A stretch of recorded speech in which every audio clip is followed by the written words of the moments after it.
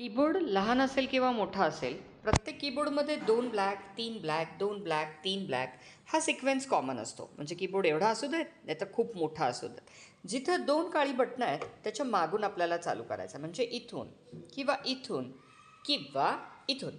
आलं का लक्षात? जिथं 2 काळी बटणं आहेत, त्याच्या मागनं चालू करायचं आहे. आता हा हात आहे. या हाताच्या बोटाचे नंबर, अंगठा म्हणजे 1, 2, 3, 4, 5 हे बोटाचे नंबर आहेत.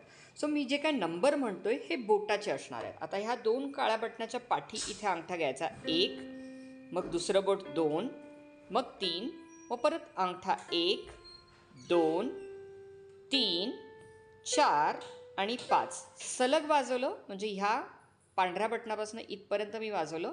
आधी ही 3 बोटं घेतली, मग ही 5 घेतली. सो 1, 2, 3, 1, 2, 3, 4, 5 ह्यालाच आपण म्हणतो सा रे ग म प ध नि सा.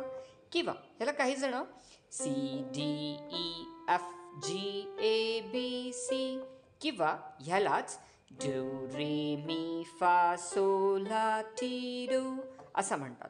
तुमच्याकडे कीबोर्ड कोणताही असू देत, इथून स्टार्ट करू शकता. समजा तुमच्याकडे कीबोर्ड नसेल तर प्ले स्टोअरवरनं परफेक्ट पियानो हे ॲप डाउनलोड करायचं आणि त्यावरती पण सेम ही प्रॅक्टिस तुम्ही कुठेही करू शकता. म्हणजे अगदी ऑफिसमध्ये असाल तरी हेडफोन घालून तुम्ही कीबोर्ड शिकू शकता. ओके. हे आत्ता जे मी दाखवलं हे तुम्हाला 10 मिनटं प्रॅक्टिस करायचं आहे. परत एकदा बघा. Just 1, 2, 3 turn. अंगठा मी खालच्या बाजूने टर्न केला. 1, 2, 3, 4 आणि 5. सो 1, 2, 3, 1, 2, 3, 4, 5 सा रे ग म प ध नि सा.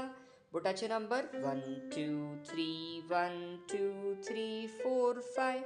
आता 5, 4, 3, 2, 1, 3, 2, 1 असंच रिवर्स यायचा. म्हणजे आधी 5 मग 3.